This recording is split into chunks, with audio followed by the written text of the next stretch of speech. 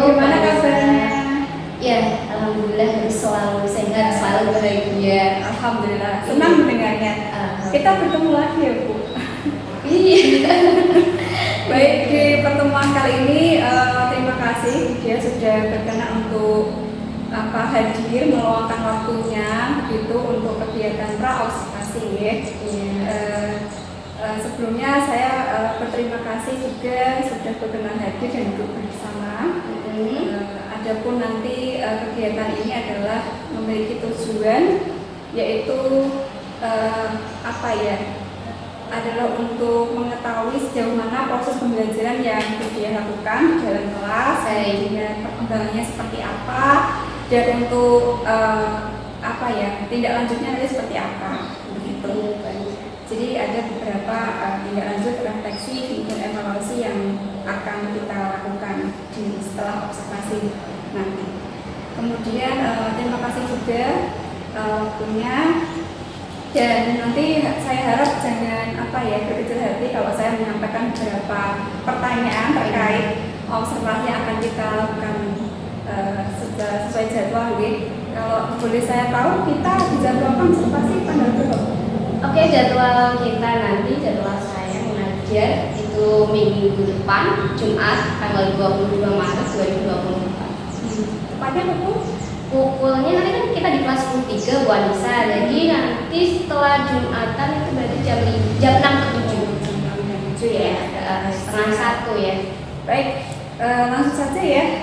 Iya. Kemudian jadi saya ingin mengetahui dan saya juga penasaran sih sebenarnya apa sih tujuan pembelajaran yang akan diterapkan pada waktu observasi besok di minggu depan. Baik, silakan. Baik, terima kasih Bu Anissa, saya ingin menjawab. Jadi nanti tujuan pembelajaran saya ya. Tujuan pembelajaran, jadi materi di kelas 10 ini materinya adalah algoritma dan pemrograman. Nah, di mana tujuannya yaitu peserta didik. Nanti kan siswa dibagi menjadi beberapa kelompok, kemudian mereka berdiskusi. Tujuannya mereka mampu mengetahui tentang algoritma dan pemrograman, algoritma dengan notasi yang benar tepatnya. Kemudian peserta didik juga mampu membuat alur algoritma pemrograman menggunakan bahasa natural dan menggunakan flowchart. Nanti tentang pengolahan sampah dan penanaman serta pemeliharaan tanaman. Karena saya memasukkan adiliyata di situ ya Bu Anissa ya. Baik, cukup menarik ya tujuan pembelajaran yang akan diterapkan pada waktu observasi di minggu depan. Dan saya juga semakin penasaran ya seperti apa gitu, karena saya tidak tahu ya algoritma seperti apa. Nanti keren sekali dikaitkan dengan adanya adiliyata. Baik, kemudian pertanyaan kedua yang saya tanyakan kepada Budia itu fokus pada pengembangan yang akan dicapai ini apa? Baik Bu Anissa, dari area pengembangan ya saya memfokuskan di sini pembelajarannya adalah pembelajaran yang berdiferensiasi, ribet ya. Jadi dengan menumbuhkan intelektual yang berkaitan dengan kemampuan berpikir kreatif anak, berinovasi yang berbasis TPACK. Jadi saya mengangkat Bu Anissa, memfokuskan anak itu agar bisa melek teknologi gitu loh. Jadi saya mengkombinasikan dengan TPACK. TPACK itu Technological Pedagogy Content Knowledge gitu. Jadi di mana nanti peserta didik akan dibentuk menjadi beberapa kelompok untuk berdiskusi mengerjakan LKPD. Jadi nanti saya membuat LKPD-nya saya share di sebuah cloud computing kayak gitu di drive, kemudian anak nanti dia mendownloadnya. Jadi saya LKPD-nya bukan lagi dalam bentuk kertas ya, jadi nanti anak-anak pakai HP di situ. Kemudian mereka nanti mengunduh menggunakan link atau barcode yang sudah saya sediakan gitu. Nah, setelah itu kemudian mereka mendiskusikan apa yang sudah mereka mendiskusikan, kemudian mempresentasikan apa yang sudah mereka diskusikan sesuai pokok permasalahan yang sudah saya sajikan dalam LKPD tersebut. Nah, cukup menarik ini. Intinya berbasis teknologi semua nantinya. Iya, gitu, karena informatika itu materinya informatika. Baik, saya yakin muridnya juga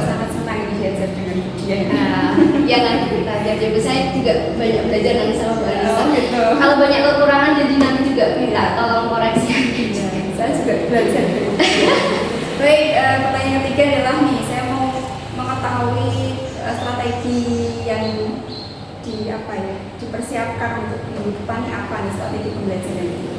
Strategi pembelajaran ya. Jadi untuk mewujudkan pembelajaran yang menyenangkan pastinya ya Bu ya, karena agar tujuan pembelajaran itu berjalan dengan lancar atau tujuan pembelajaran tersebut terpenuhi, kita pasti membutuhkan suatu strategi ya kan. Nah, strategi yang saya persiapkan atau gunakan untuk mencapai tujuan tersebut yaitu dengan saya menggunakan model pembelajaran PBL di sini, problem based learning.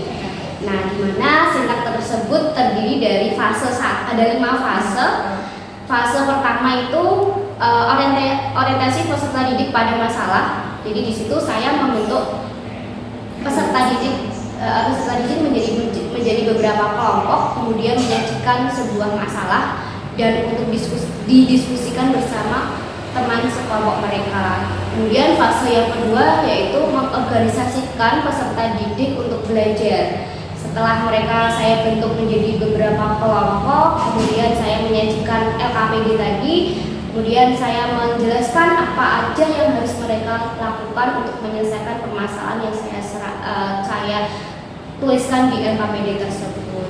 Kemudian di fase ketiga yaitu membimbing penyelidikan individu maupun kelompok. Jadi ketika mereka berdiskusi, nanti mungkin saya akan berkeliling ke kelompok 1, ke kelompok 2 dan seterusnya untuk mengetahui sejauh mana mereka berdiskusi dan seterusnya seperti itu. Baru masuk ke fase yang keempat yaitu mengembangkan dan menyajikan hasil karya. Jadi siswa mempresentasikan hasil diskusi mereka. Kemudian baru yang fase kelima menganalisis dan mengevaluasi proses dari apa yang sudah disajikan oleh peserta didik tadi. Begitu. Jadi itu ya strategi yang akan dikerjakan untuk fokus kita di berdiferensiasi. Iya, fokusnya berdiferensiasi. Baik, terima kasih Bu Cia atas berkenan menjawab beberapa pertanyaan saya. Iya, dan saya semakin tertantang ini untuk melihat proses pembelajaran di kelas yang dia gitu ya. Iya, karena juga pasti banyak pembelajaran yang akan saya ambil juga dan saya terima. Iya, gitu. Baik, begitu saja Bu Dia, sampai ketemu lagi di minggu depan ya pada waktu observasi. Saya akhiri, selalu terima kasih. Assalamualaikum warahmatullahi wabarakatuh. Waalaikumsalam warahmatullahi wabarakatuh.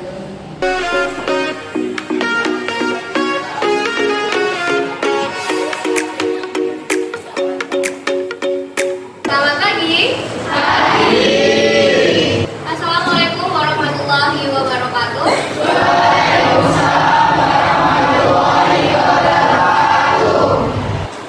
Gimana kabarnya kalian hari ini?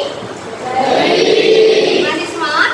Masih. Coba saya cek dulu semangatnya ya. Semangat pagi. Luar biasa, sehat, bahagia, pastinya sukses semuanya. Masih semangat ya. Sebelum kita mengawali pembelajaran pada pagi hari ini, alangkah baiknya kita berdoa terlebih dahulu. Siapa yang biasa memimpin berdoa? Silakan Mas Dewo. Berdoa mulai.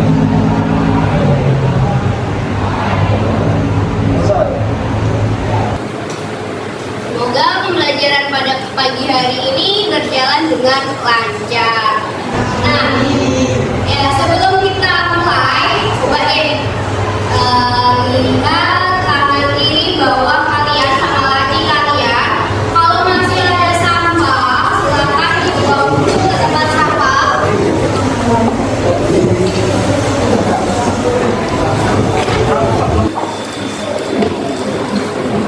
Udah bersih semuanya?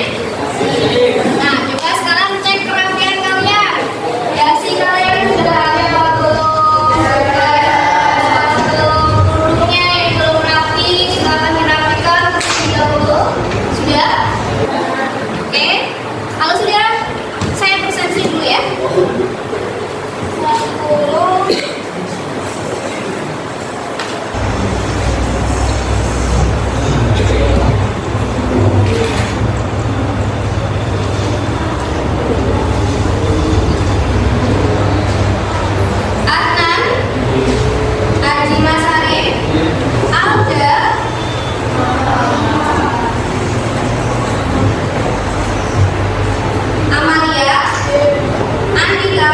Hadir.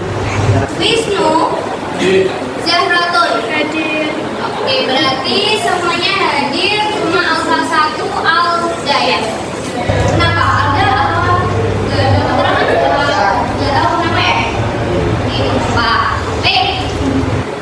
Sebelum kita mulai pembelajaran pada pagi hari ini ya, saya mau mengingatkan kembali di pertemuan awal semester kita sudah pernah membuat kesepakatan kelas, masih ingat nggak?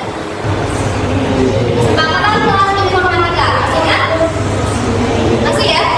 Coba apa saja? Apa? Dilarang berisik selama pembelajaran, tidak boleh berisik ya. Terus apa lagi? Apa mas? Hah? Oh, bedandan. Oke, terus apa lagi? Bajunya rapi, ya. Terus ada apa lagi? Itu yang sudah bisa kita sepakati di awal semester ya. Nah, nanti saya sambil melihat apakah kalian sudah menyepakati kesepakatan yang sudah kita buat apa enggak. Nanti saya lihat apakah cewek-cewek ada yang bersolek. Tidak ada ya, semuanya taat semuanya ya.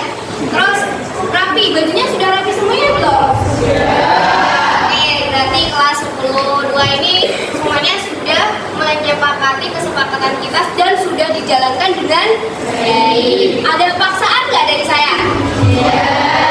Itu sudah kita buat secara bersama-sama ya?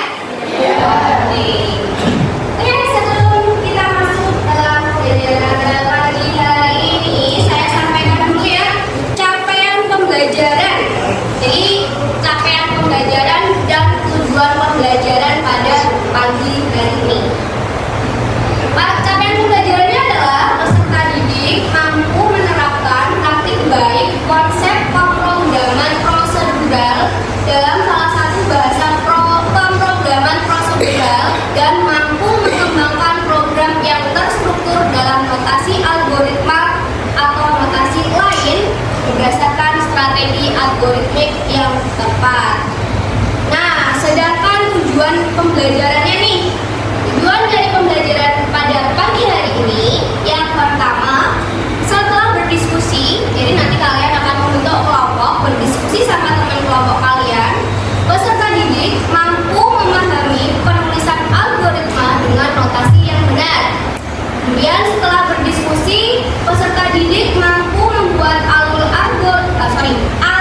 algoritma pemrograman menggunakan bahasa natural tentang pengolahan sampah dan penanaman serta pemeliharaan tanaman. Kemudian poin yang ketiga, setelah berdiskusi, peserta didik mampu membuat alur algoritma pemrograman menggunakan flowchart tentang pengolahan sampah dan penanaman serta pemeliharaan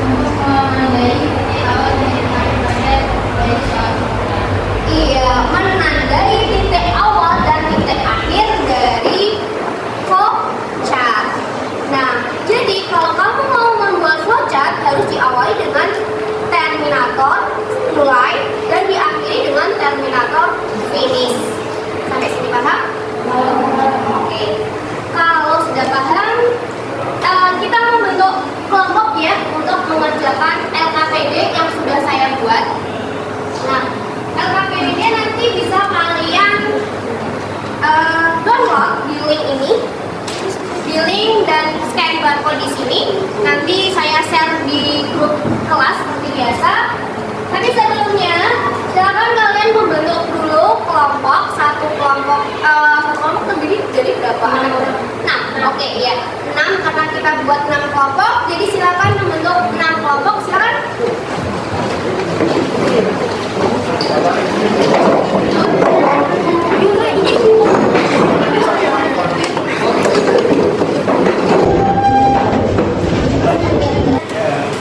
Sudah membentuk kelompok semuanya? Coba saya cek dulu ya. Kelompok 1 mana? Kelompok 2? Kelompok 3? Kelompok 4? Kelompok 5? Kelompok 6? Oke, sudah lengkap semuanya ya. Nah, sekarang tugasnya adalah silakan kalian per kelompok membuka link dan atau scan barcode ini, boleh scan barcode silakan mas, atau buka link yang sudah saya share di grup kelas kalian tadi ya. Ini mas di share dulu.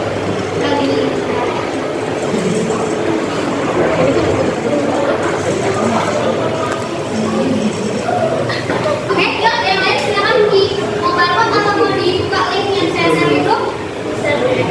Buka link ya. Oke, silakan buka link yang sudah saya share.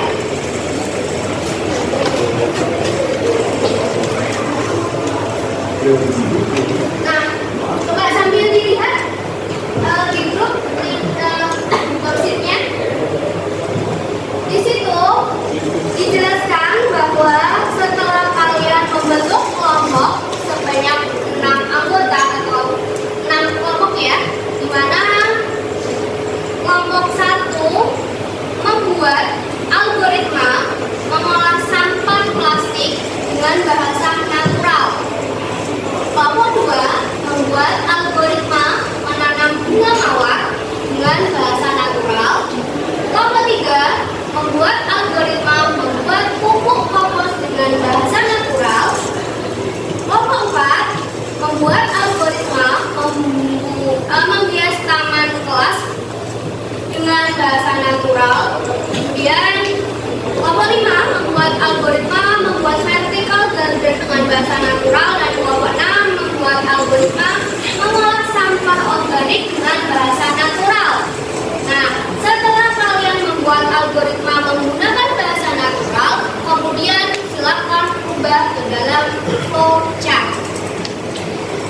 Kemudian untuk menambah referensi kalian ya, boleh kalian membuka YouTube, membuka LKPD, LKS, buku paket dan lain sebagainya, bebas, silakan dibuka ya. Ada pertanyaan? Kalau tidak ada, silakan kalian berdiskusi dengan teman sekelompok kalian. Mau berapa menit untuk diskusinya? 10. Berapa? 10. 10 menit cukup? Yakin cukup? Cukup? Ya udah, oke, 10 menit silakan. 10 menit masuk enggak? Tambah? 15 ya? Silakan 15 menit untuk berdiskusi sama teman kalian. Kalian buat dulu bahasa naturalnya, kemudian ubah ke dalam bentuk flowchart. Oke, silakan berdiskusi 15 menit dari sekarang.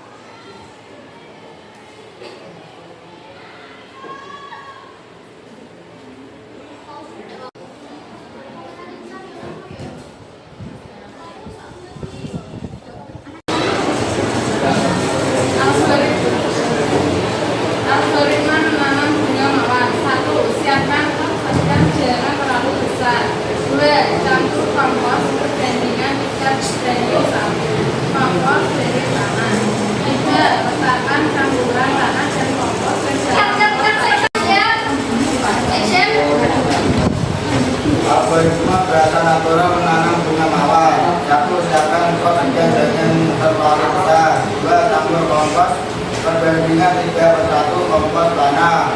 3. Letakkan campuran tanah dan kompos ke dalam pot 1/4 bagian dari pot. 4.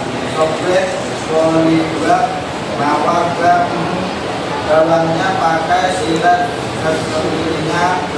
5. Setelah itu bagian sisinya dirobek kembali menggunakan silet. 6. Jaga pada tanaman bunga mawar agar dibuang sedikit dan cuma diambil dan dimasukkan dalam pot. Itu letakkan di dalam pot yang sudah bersih dan gantikan tanah campuran kompos tadi. 8. Selesai proses penanaman. Pertama, penanaman mulai. 2. Proses campur kompos. Proses letakkan campuran tanah dan kompos. Proses sampai polybag. Input gambar tanaman dibuang. Output robek sisinya. Proses robek sisinya letakkan di dalam pot. Terminator selesai.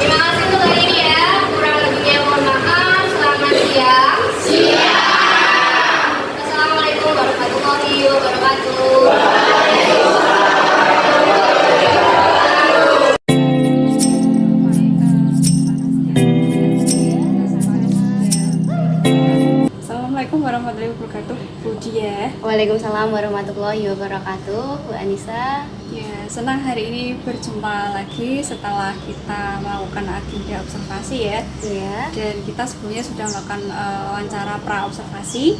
Dan hari ini kita temanya nih ngobrol santai aja ya, Oke, Budi, ya, lesehan. iya, lesehan. Baik, jadi hari ini kita akan melakukan agenda percakapan pos observasi. Jadi ada beberapa pertanyaan yang akan saya tanyakan, Iya. begitu. Jadi terima kasih ya sebelumnya Budia sudah meluangkan waktunya kembali di sela-sela kesibukan mengajar Boleh. ya demi anak-anak bangsa ini. Kemudian nanti juga saya harap Budia berkenan untuk menjawab pertanyaan pos observasi Iya, yang baik. saya akan Pasti tujukan dengan senang hati Budia. Bu Anissa. Ya, baik. Pertanyaan pertama adalah gampang nih Budia. Apa sih refleksi yang Budia rasakan setelah melakukan observasi kemarin? Waduh, oke, refleksi pembelajaran kemarin ya. Iya. Ya pastinya kalau mengajar di observasi orang itu rasanya pertama grogi Bu, pasti itu. Kayak biasanya ngajar sendiri, tiba-tiba ada rekan yang menilai, itu kan pasti kita akan merasa grogi ya.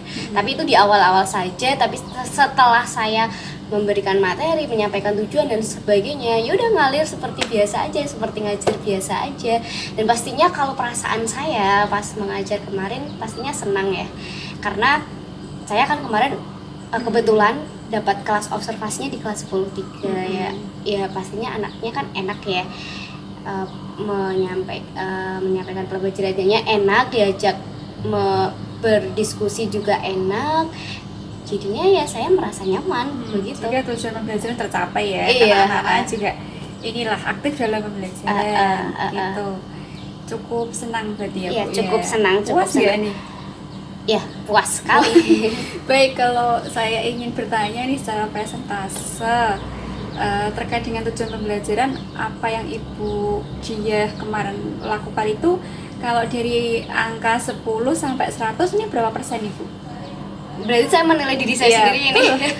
Baik, kalau saya menilai diri saya sendiri dari 10 rentang 10 sampai 100 paling saya menilainya 80% Bu. 80%. Jika saya menilai Budia ini angkanya kalau 80 pasti naik sih. Soalnya saya juga melihat dari percakapan para observasi, kemudian saya mengobservasi Budia, saya menemukan beberapa penemuan begitu bahwa yang pertama adalah tujuan pembelajaran yang Budia ini harapkan itu tercapai tentunya ya. Yang pertama, kemudian yang kedua itu strategi pembelajaran itu sudah diterapkan dengan baik. Terlihat sekali anak-anaknya itu aktif, kemudian dan pembelajaran itu berbasis TPACK itu juga bagus sekali. Jadi anak-anak itu melalui kuis, teknologi gitu ya. teknologi istilahnya anak-anak sekarang ya. Nah, itu jadi semakin mereka itu tertantang dan menarik untuk materi pembelajaran di hari itu gitu. Ya, jadi ada beberapa menurut Budia penemuan nih kok hanya 80% itu apa itu? Kurangnya apa di mana gitu? Kurangnya ya Bu, ya pastinya kalau saya merasa kurangnya satu, pasti kan ada siswa kalau diskusi ya paling ada siswa yang kurang aktif. Nah saya merasa bahwa gimana sih kendalanya biar anak ini tuh bisa aktif gitu loh Bu. Jadi yang saya rasakan di situ kurangnya yaitu yang pertama. Yang kedua adalah manajemen waktu pastinya ya. Karena kalau kita bentuk diskusi kelompok, kemudian mereka presentasi, pasti kan kita membutuhkan waktu yang begitu cukup banyak kan ya. Butuh waktu yang cukup banyak ya kan ya. Apalagi kalau nanti kelompoknya lebih dari 6. Itu pasti 2 pertemuan lah baru selesai ya kan. Nah itu jadi saya merasa kendalanya di situ, cara mengaktifkan siswa agar semuanya itu bisa kayak semuanya aktif, semuanya berdiskusi, semangat kayak gitu. Itu yang pertama saya kendalanya merasa di situ. Terus yang kedua yaitu tadi manajemen waktunya saya sangat kurang gitu. Ya, kemarin juga terlihat ya di titik pembelajaran tadi di jam ke-7 kalau nggak salah ya. Agak cepet gitu ya. Cara ini mengejar waktu. presentasinya, Oh, iya. pemaparan hasil itu. Jadi ya ya tidak apa nanti di selanjutnya akan di ini ya evaluasi. Oke. Baik, begitu kalau begitu saya ingin bertanya kembali. Iya. Berarti rencana tindak lanjut Bu Diah nih atas masalah yang ditemukan tadi apa nih Bu? Oke, tindak lanjut saya untuk untuk menyelesaikan permasalahan atau kendala yang saya alami tadi. Yang pertama untuk biar siswanya aktif ya, semua tadi. ya Bu ya, mungkin saya akan mengganti model pembelajaran saya ya Bu ya. Tadi yang pertama modelnya kan PBL ya, Profit Based Learning.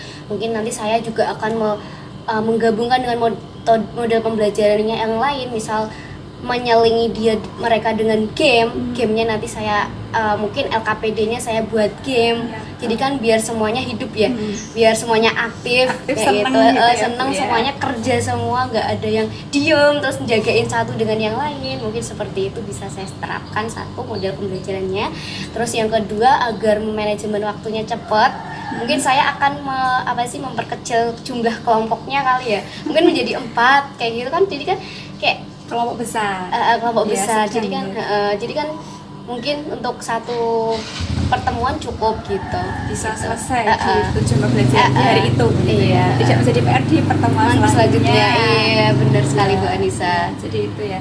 Jadi terima kasih ya Bu Diah tadi Iya, kemarin sama-sama. sudah diperlihatkan ke saya bagaimana Bu Diah mengajar di kelas, kemudian pembelajarannya juga berbasis teknologi, kemudian berdiferensi juga. Kemarin saya lihat itu adalah berdiferensi konten, betul ya Bu? Iya, benar sekali Bu Anissa. Ya, baik, demikian saja untuk wawancara hari ini terhadap Bu Diah. Semoga nanti RTL-nya untuk pembelajaran berikutnya bisa terlaksana, Amin, ya amin. terwujud, Iya. dan itu menjadi catatan ya untuk Bu Diah, untuk agar pembelajaran selanjutnya semakin menyenangkan dan berdiferensiasi. Begitu. Baik, terima kasih Iya. waktunya. Sama-sama Bu Anissa, terima kasih juga untuk ilmu-ilmunya juga. Enggak lah. Baik, kita saling belajar ya Bu. Iya, benar. Baik, terima kasih. Saya akhiri ya Bu ya. Assalamualaikum warahmatullahi wabarakatuh. Waalaikumsalam warahmatullahi wabarakatuh.